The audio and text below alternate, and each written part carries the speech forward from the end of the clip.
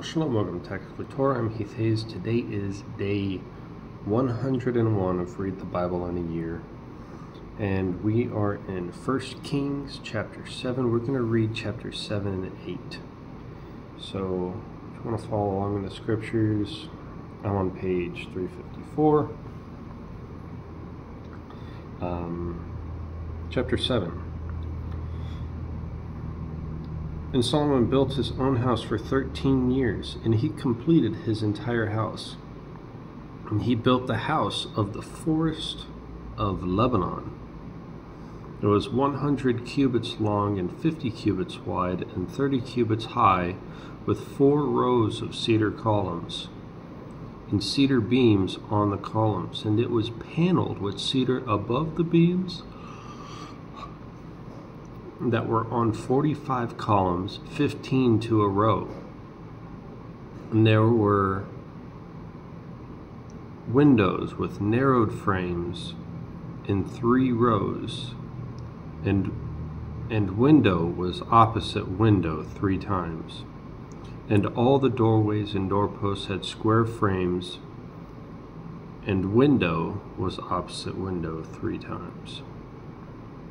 And he made the porch of the columns 50 cubits long, 30 cubits wide, and the porch was in front of them, and the columns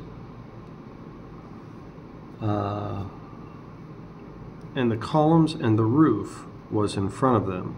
And he made a hall for the throne and the hall of right ruling, where he ruled. And he was paneled with cedar with cedar from floor to floor. And the house where he was to dwell in the other courtyard within the hall was of like workmanship. And Solomon made a house like his hall for Pharaoh's daughter, whom he had taken. All these were of precious stone, hewn to size, sawed with a saw, inside and out, from the foundation to the coping, and also on the outside to the great courtyard. And the foundation was of precious stone, large stones, stones of 10 cubits and stones of 8 cubits. And above were precious stones hewn to size and cedar wood. So the great courtyard and all around had 3 rows of hewed stones and a row of cedar beams, as was the inner courtyard of the house of Yahweh, and the porch of the house. And sovereign Solomon sent and brought Hiram from Soar. He was the son of the widow from the tribe of Naphtali, and his father was a man of Soar, a bronze worker, and he was filled with wisdom and understanding and skilled in working with all kinds of bronze work. So he came to sovereign Solomon and did all his work, and he cast 2 columns of bronze, each one 18 cubits high, and a line of 12 cubits measured the circumference of each. Wow, that is large. And he made 2 capitals of cast bronze to put on the tops of the columns. The height of one capital was 5 cubits, and the height of the other capital was 5 cubits. A lattice network with wreaths of chain work for the capitals which were on top of the columns, 7 chains for one capital and 7 chains for the other capital. And he made the columns in 2 rows of pomegranates above the network all around to cover the capitals that were on top. So he did for the other capital. And the capitals that were on top of the columns in the hall were in the shape of lilies, 4 cubits. And there were capitals above also on the 2 columns by the bulge, which was next to the network. And the pomegranates were 200 in rows on each of the capitals all around. And he set up the columns by the porch of the Hekal. And he set up the column on the right and called its name Yakin, and he set up the column on the left and called its name Boaz. And on the top of the columns was the lily work. Thus the work of the columns was completed. And he made the sea of cast metal, 10 cubits from one rim to the other, and round all about, and 5 cubits high, and the line of the 30 cubits measured all around it. And below its rim were ornaments all around, 10 to a cubit, all the way around the sea.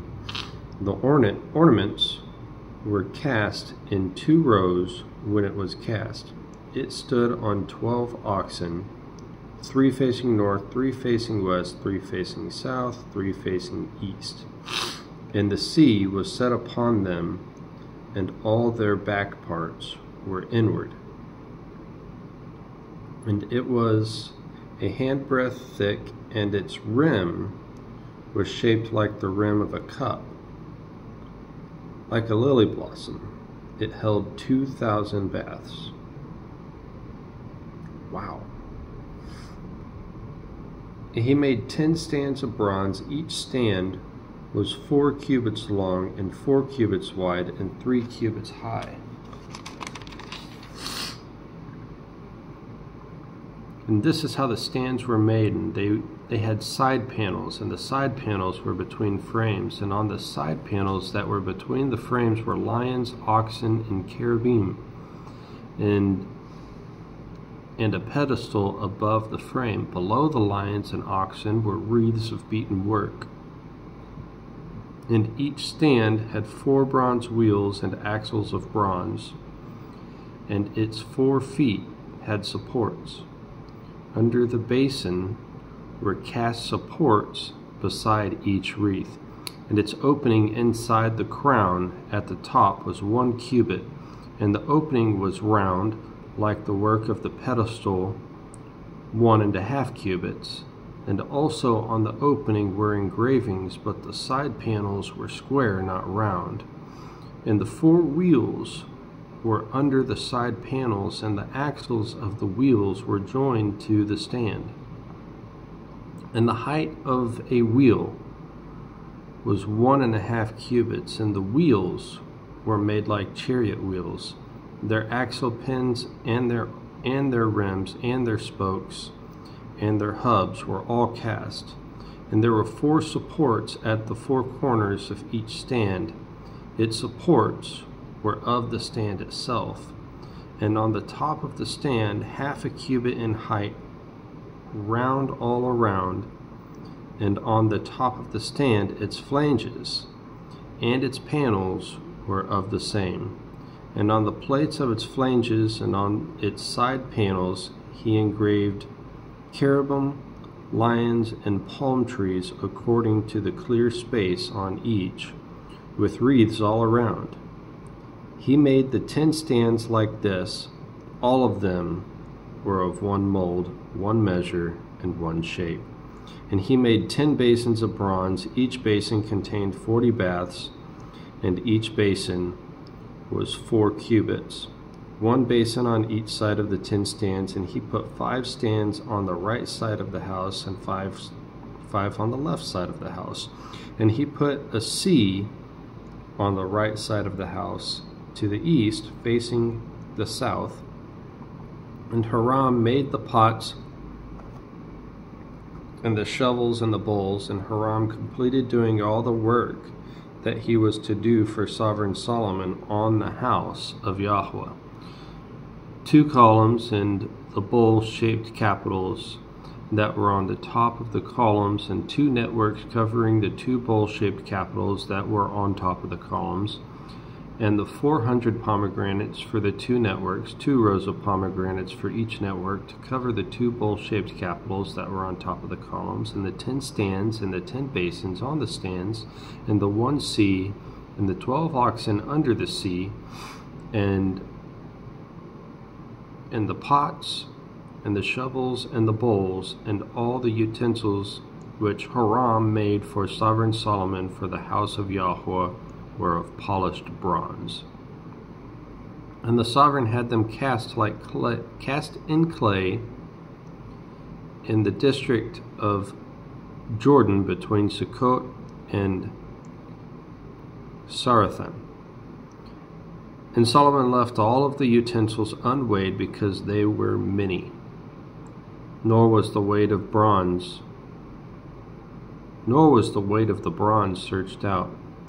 So Solomon made all the utensils for the house of Yahweh, and the slaughter place of gold, and the table of gold on which was the showbread, and the lampstands of refined gold, 5 on the right side, 5 on the left side, and in front of the speaking place, with the flowers and the lamps and the snuffers of gold, and the basins and the snuffers and the bowls and the ladles and the fire holders of refined gold, and the hinges of gold, both for the doors of the inner house, the most set apart place, and for the doors of the house of the Hekal. Thus all the work which sovereign Solomon had done for the house of Yahweh was completed.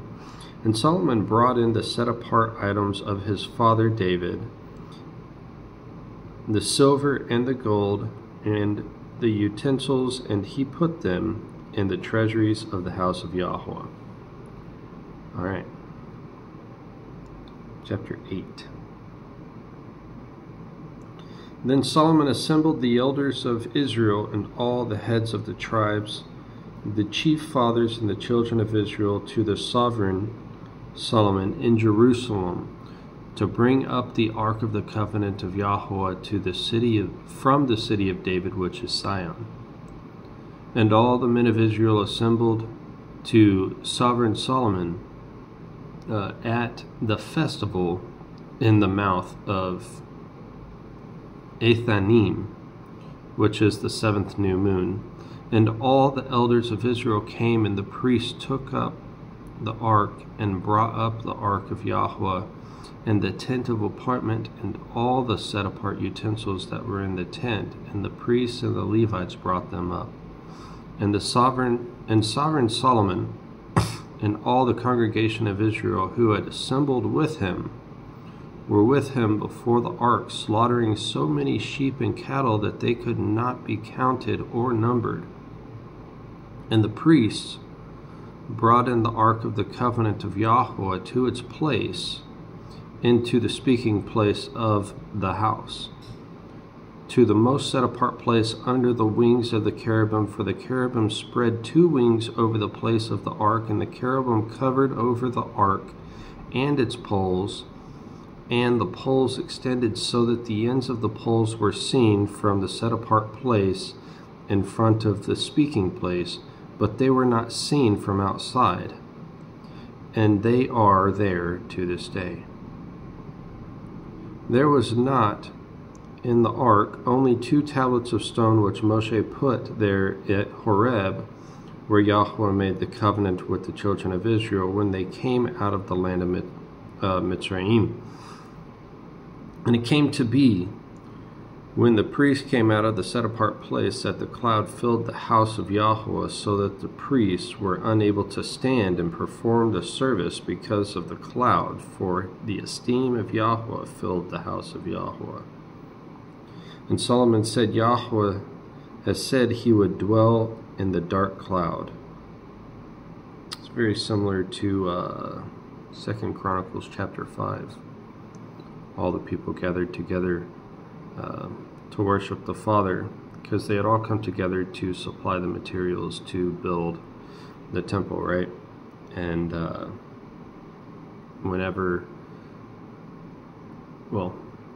whenever the priests, they went in to do their priestly duties, like the presence of the Father, the presence of the Most High was so thick that the priests weren't able to fulfill their priestly duties. As everybody, the Spirit was so thick around there, like everybody was knocked out.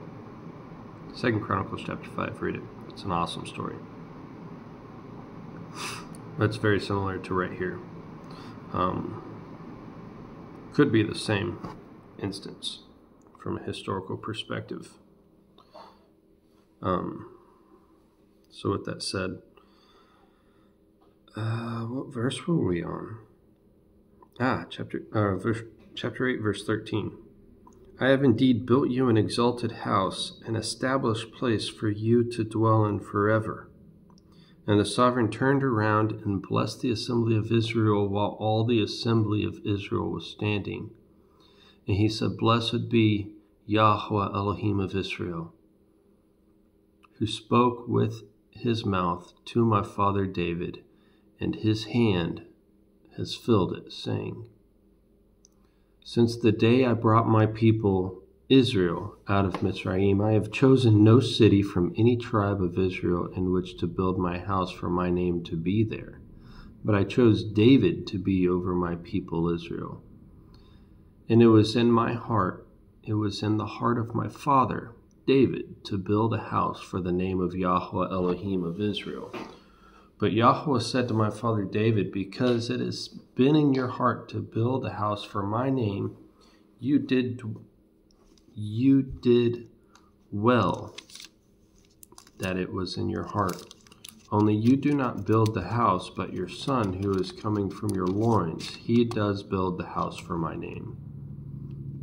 Now Yahweh established his word which he spoke, and I have been raised up instead of my father David, and sit on the throne of Israel as Yahweh has promised, and built the house for the name of Yahweh Elohim of Israel, and have appointed there a place for the ark, wherein is the covenant of Yahweh, which he made with our fathers when he brought them out of the land of Mitzrayim.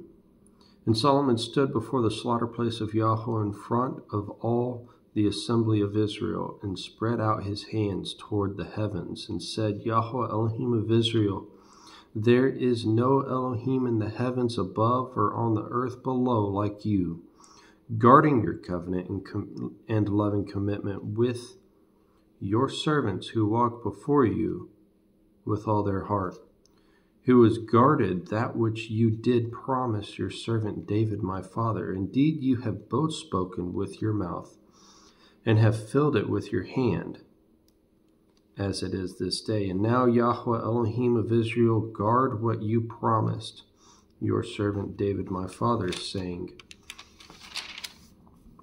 There is not to cease a man of yours before me, sitting on the throne of Israel, only if your sons guard their way and walk before me, as you have walked before me. And now, O Elohim of Israel, please let your word come true that you have spoken to your servant David my father. For it is true, for is it true? Elohim dwells on the earth? See the heavens and the heavens of the heavens are unable to contain you. How much less this house which I have built? Yet shall you return to the prayer of your servant and his supplication. O Yahweh my Elohim, listen to the cry and the prayer which your servant is praying before you today. For your eyes to be open toward this house night and day, toward the place of which you said, my name is there. To listen to the prayer which your servant makes towards this place. Then shall you hear the supplication of your servant and of your people Israel when they pray toward this place, when you hear in your dwelling place in the heavens. And shall you hear and forgive if anyone sins against his neighbor and he has lifted up an oath on him to cause him to swear, and comes to swear before your slaughter place in this house, then swear in the heaven, then hear in the heavens, and act and rightly rule your servants, declaring the wrongdoer wrong, bringing his way on his head, and declaring the righteous right by giving him according to his righteousness. When your people Israel are smitten before an enemy because they have sinned against you, and they shall turn back to you and confess your name and pray and make supplication to you in this house, then hear in the heavens and forgive the sin of your people Israel, and bring them back to the land which you gave to their fathers. When the heavens are shut up and there is no rain because they sin against you,